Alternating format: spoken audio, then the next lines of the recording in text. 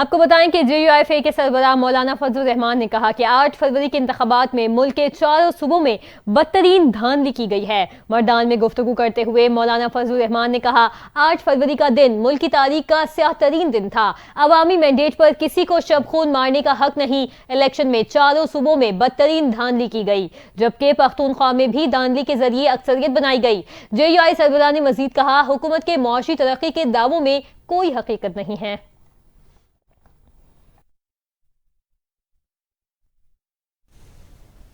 کراچی میں بڑھتے ہوئے ٹریفک حادثات کے تناظر میں سندھ حکومت نے اہم فیصلے۔ اب ڈمپرز کو کراچی شہر میں داخل ہونے کی اجازت صرف رات 11 بجے سے صبح 6 بجے تک ہوگی۔ سینئر وزیر شرجیل میمن کی ہدایت پر سندھ روڈ سیفٹی کمیٹی کی کارروائیاں جاری ہیں۔ تفصیلات دیکھیے اس رپورٹ میں۔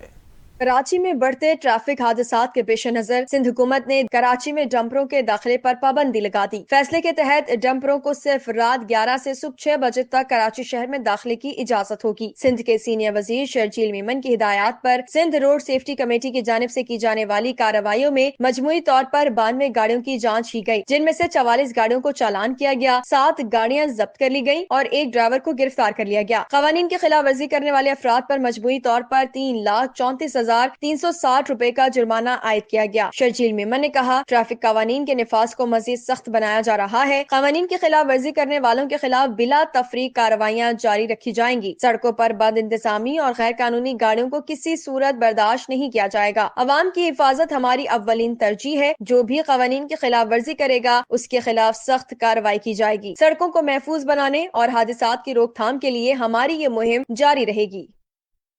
گورنر سندھ کامران خان کسوری کا اسی حوالے سے کہنا ہے کہ روزانہ شہر کا دورہ کروں گا، غیر قانونی چلنے والے ٹینکرز کو پولیس کے حوالے کروں گا، ٹریفک پولیس مجھ سے رہنمائی لے سکتی ہے، ڈمپر سے ایک بھی حادثہ ہوا تو استعفیٰ دے دوں گا۔ کراچی میں پریس کانفرنس کرتے ہوئے گورنر سندھ کا کہنا تھا کہ انہوں نے حادثات پر chief justice Sindh high court اور IG پولیس کو خط لکھ دیا ہے۔ غفلت کے مرتکب اہلکاروں کے خلاف کارروائی ہونی چاہیے۔ گورنر سندھ نے یہ بھی کہا کہ رمضان کے زیر اہتمام گورنر ہاؤس میں تراویح، محفل نعت، محفل سماع اور 10 لاکھ افراد کی افطاری کا بندوبست کیا گیا ہے۔ پہلا روزہ رکھنے والے بچوں کو دعوت دیتا ہوں کہ آئیں میرے ساتھ افطار کریں۔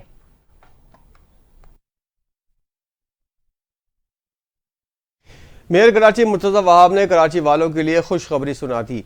106 مرکزی شاہراہوں پر واقع 46 پارکنگ سائٹس پر کوئی پارکنگ فیس نہیں ہوگی، یعنی گاڑی پارک کرنے کے بعد پیسہ نہیں دینا پڑے گا۔ تفصیل اس رپورٹ میں۔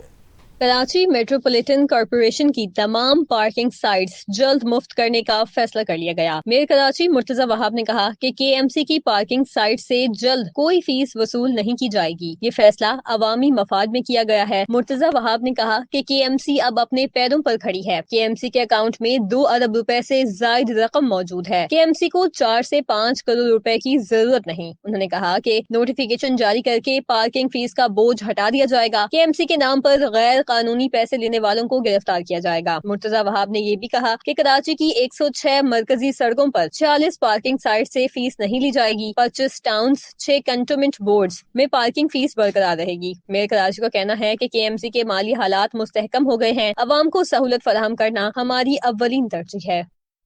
اب آپ کو بتائیں کہ چیمپئنز ٹرافی کے موقع پر شارع فیصل پر ہر قسم کی پارکنگ پر پابندی عائد کر دی گئی ہے۔ شارع فیصل سے متصل دونوں اطراف تمام سروس روڈ پر ہر قسم کی پارکنگ پر 48 روز تک پابندی لگا دی گئی۔ پابندی 9 فروری سے 28 مارچ تک جاری رہے گی۔ شارع فیصل پر تمام رہائشیوں، بلڈنگز، بینکس اور دفاتر کے منتظمین کو مراسلے کے ذریعے آگاہ کر دیا گیا۔ ٹریفک پولیس کے مطابق تمام سروس روڈ پر گاڑی یا موٹر سائیکل پارک کرنے کی اجازت نہیں دی جائے گی۔ خلاف ورزی کی صورت میں گاڑی اٹھا لی جائے گی اور قانون کے مطابق کارروائی عمل میں لائی جائے گی۔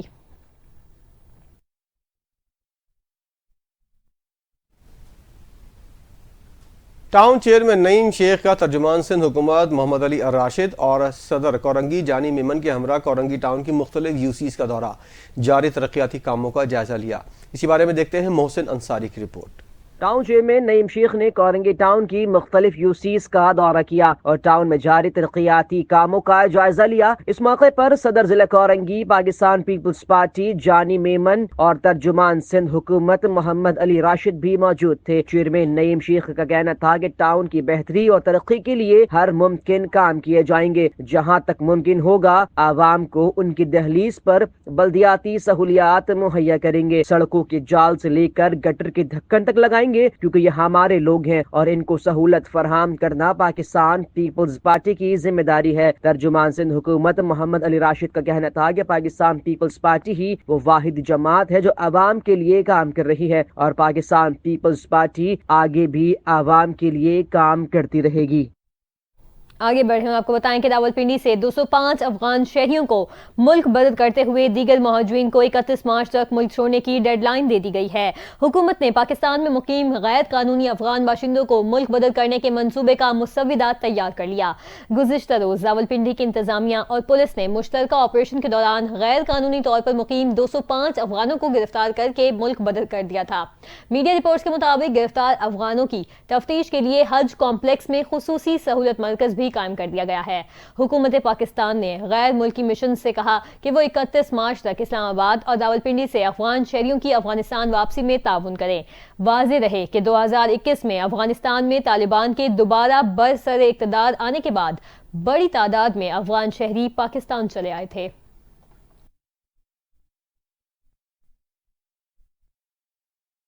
میں مزید 200 سے زائد پاکستانیوں کو مختلف ممالک سے ڈیپورٹ کر دیا گیا۔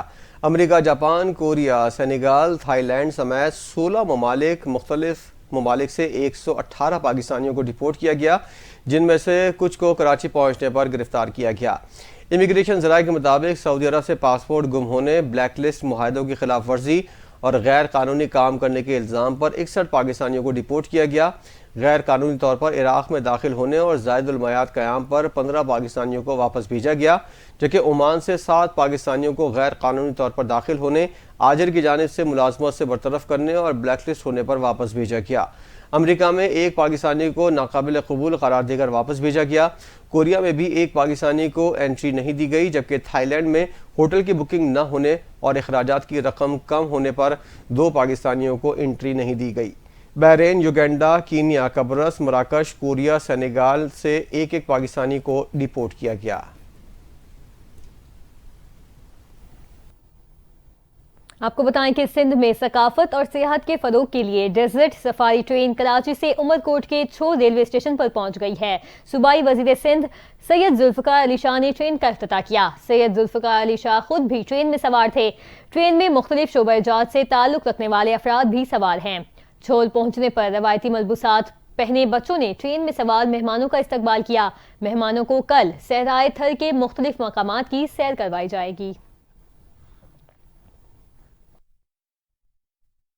لبنان، غزہ اور شام کے متاثرین کے لیے امدادی کھیپ روانہ کر دی گئی۔ پاکستانی حکومت کی جانب سے لبنان، فلسطین اور شام کی جنگ زدہ عوام کی ضروریات کے مطابق امدادی سامان بھیجنے کا سلسلہ جاری ہے۔ ترجمان NDMA کے مطابق جناح ایئرپورٹ کراچی سے امدادی سامان کی 23ویں کھیپ روانہ ہوئی۔ NDMA حکام کا کہنا ہے 50 ٹن امدادی سامان فلسطینیوں کے لیے روانہ کیا گیا، جس میں ڈبہ پیک گوشت، خشک دودھ، کمبل، کپڑے، خیمے اور دیگر گرم بستر شامل ہیں۔ ترجمان کے مطابق حکومت پاکستان کی جانب سے لبنان، غزہ اور شام کے لیے مجموعی طور پر 1803 ٹن امدادی سامان بھجوایا گیا ہے۔ سعودی عرب نے اپنی ویزا پالیسی میں بڑی تبدیلیوں کا اعلان کر دیا ہے۔ براہ راست اثر پاکستان سمیت 14 ممالک پر پڑے گا۔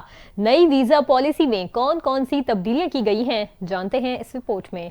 سعودی حکام کے نئے قانون کے تحت 14 ممالک کے شہریوں کے لیے ملٹیپل انٹری ویزا کو غیر معینہ مدت کے لیے معطل کر دیا گیا۔ اب یہ شہری صرف سنگل انٹری ویزا حاصل کر سکتے ہیں۔ اس اقدام کا مقصد حج کے دوران غیر قانونی طور پر مکہ مکرمہ میں داخل ہونے والے افراد کو روکنا اور حجاج کرام کے لیے بہتر انتظامات کو یقینی بنانا ہے۔ سعودی حکام کے مطابق جن 14 ممالک کے شہری اس فیصلے سے متاثر ہوں گے، ان میں پاکستان، بھارت، بنگلہ دیش، انڈونیشیا، مصر، الجزائر، مراکش، ایتھیوپیا، عراق، اردن، نائجیریا، سوڈان، تیونس اور یمن شامل ہیں۔ 1 فروری 2025 سے نافذ العمل نئے قوانین کے تحت ان ممالک کے شہری اب صرف سنگل انٹری ویزا کے لیے درخواست دے سکیں گے۔ ملٹیپل انٹری ویزا عارضی طور پر معطل کر دیا گیا ہے، تاہم اس کی بحالی کے حوالے سے کوئی حتمی تاریخ نہیں دی گئی۔ سنگل انٹری ویزا صرف 30 دن کے لیے قابل استعمال ہوگا۔ سنگل انٹری ویزا کی یہ پابندی حج، عمرہ، سفارتی اور رہائشی ویزوں پر لاگو نہیں ہوگی۔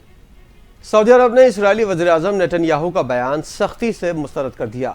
غیر ملکی میڈیا کے مطابق سعودی وزارت خارجہ کی جانب سے اسرائیل کی فلسطینیوں کی بے دخلی سے متعلق بیان پر رد عمل کا اظہار کیا گیا۔ میڈیا رپورٹس میں بتایا گیا ہے کہ سعودی وزارت خارجہ نے کہا اسرائیلی وزیراعظم کا فلسطینیوں کی بے دخلی کا بیان مسترد کرتے ہیں۔ مصر نے بھی اسرائیلی وزیراعظم نیتن یاہو کے بیان کی مذمت کرتے ہوئے اسے سعودی عرب کی خود مختاری کی خلاف ورزی قرار دیتے ہوئے کہا سعودی عرب کی سلامتی مصر کی ریڈ لائن ہے۔ یو اے ای نے بھی اسرائیلی وزیراعظم کے بیان پر شدید مذمت کی۔ یو اے ای کی وزارت خارجہ نے کہا اسرائیلی وزیراعظم نیتن یاہو کے بیان کو مسترد کرتے ہیں۔ اسرائیلی وزیراعظم کا بیان بین الاقوامی قوانین کی کھلی خلاف ورزی ہے۔ علاقائی استحکام صرف 2 ریاستی حل کے ذریعے حاصل کیا جا سکتا ہے۔ واضح رہے کہ گزشتہ روز اسرائیلی وزیراعظم نے سعودی عرب میں فلسطینی ریاست بنانے کا بیان دیا تھا۔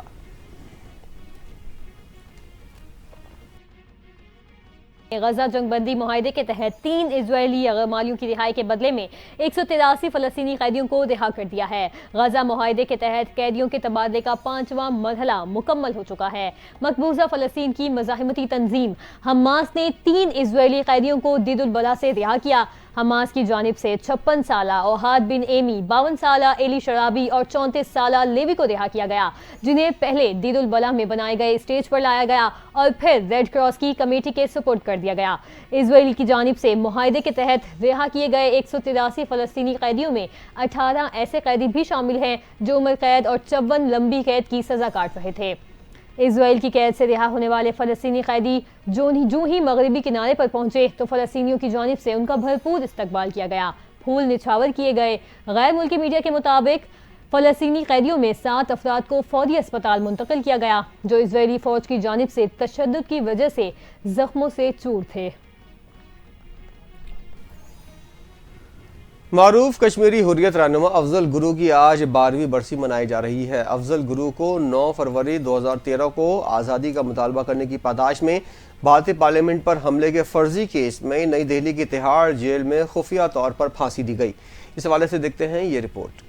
لائن آف کنٹرول کے دونوں اطراف کشمیری آج تحریک آزاد کشمیر کے عظیم رہنما محمد افضل گرو کا یوم شہادت تجدید عہد کے ساتھ منا رہے ہیں۔ 9 فروری 2013 کے روز افضل گرو کو بھارت نے بدنام زمانہ تہاڑ جیل میں پھانسی دے کر انصاف کا قتل کیا۔ مقبوضہ جموں کشمیر میں بھارت سے آزادی کے لیے جدوجہد کرنے والے میڈیکل کے طالب علم ڈاکٹر محمد افضل گرو کو ہندوستان نے بھارتی پارلیمنٹ پر حملے کے الزام میں گرفتار کر کے پھانسی دی تھی۔ افضل گرو مقبوضہ جموں کشمیر کے ضلع بارامولہ کے علاقے سپور میں پیدا ہوئے اور ہمیشہ اپنے بنیادی حق کے لیے جدوجہد بھی جاری رکھی۔ مقبوضہ جموں کشمیر میں 7 دہائیوں سے زائد عرصے میں بھارت نے لاکھوں کشمیریوں کو آزادی مانگنے کی پاداش میں پابند سلاسل کیا اور بے بنیاد الزامات کے ذریعے ہزاروں بے گناہ کشمیری نوجوان غائب کر دیے گئے۔ تحریک آزاد کشمیر کے عظیم رہنما افضل گرو کی شہادت سے لے کر آج تک عالمی برادری بھی خاموش تماشائی کا کردار ادا کر رہی ہے۔ افضل گرو کی شہادت کے بعد تحریک آزادی جموں کشمیر میں تیزی آئی، جسے روکنے کے لیے بھارت نے مقبوضہ جموں کشمیر میں کرفیو نافذ کیا۔ کشمیری رہنما کے ورثاء نے افضل گرو کے جسد خاکی حوالے کرنے کے لیے کئی بار بھارت سے مطالبہ بھی کیا، لیکن نئی دلی کے حکمران مسلسل انکار کرتے رہے ہیں۔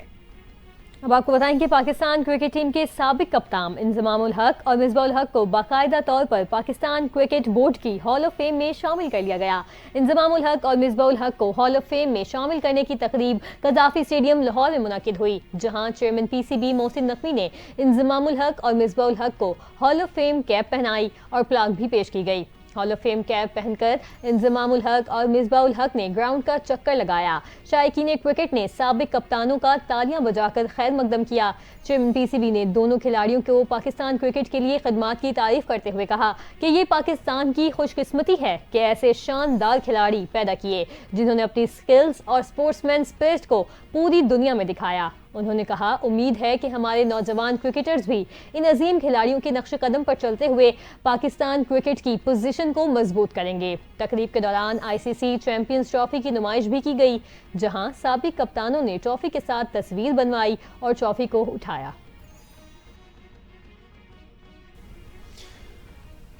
قومی ٹیم کے فاسٹ بالر حارث رؤف کو سہ فریقی سیریز کے دوسرے میچ میں آرام کا امکان ہے۔ ذرائع کے مطابق حارث رؤف پہلے سے بہتر محسوس کر رہے ہیں اور ٹیم مینجمنٹ جنوبی افریقہ کے خلاف انہیں کھلا کر رسک نہیں لینا چاہتی۔ حارث رؤف سے متعلق حتمی فیصلہ MRI کے رپورٹس کی روشنی میں ہوگا۔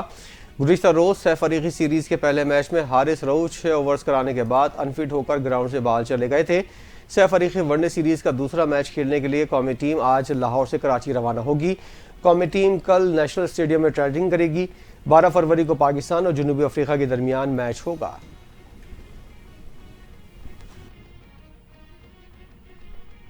موسم کا احوال بتائیں۔ شہر قائد میں راتیں سرد جبکہ دن کے اوقات میں موسم قدرے گرم رہنے لگا ہے۔ محکمہ موسمیات نے سردی سے متعلق نئی پیش گوئیاں بھی کر دی ہیں۔ محکمہ موسمیات کے مطابق کراچی میں آئندہ 24 گھنٹوں کے دوران موسم خشک اور مطلع جزوی ابر آلود رہے گا۔ دن بھر میں 5 سے 20 کلومیٹر فی گھنٹہ کی رفتار سے شمال مشرقی اور جنوب مغرب سمت سے ہوائیں چلنا متوقع ہیں۔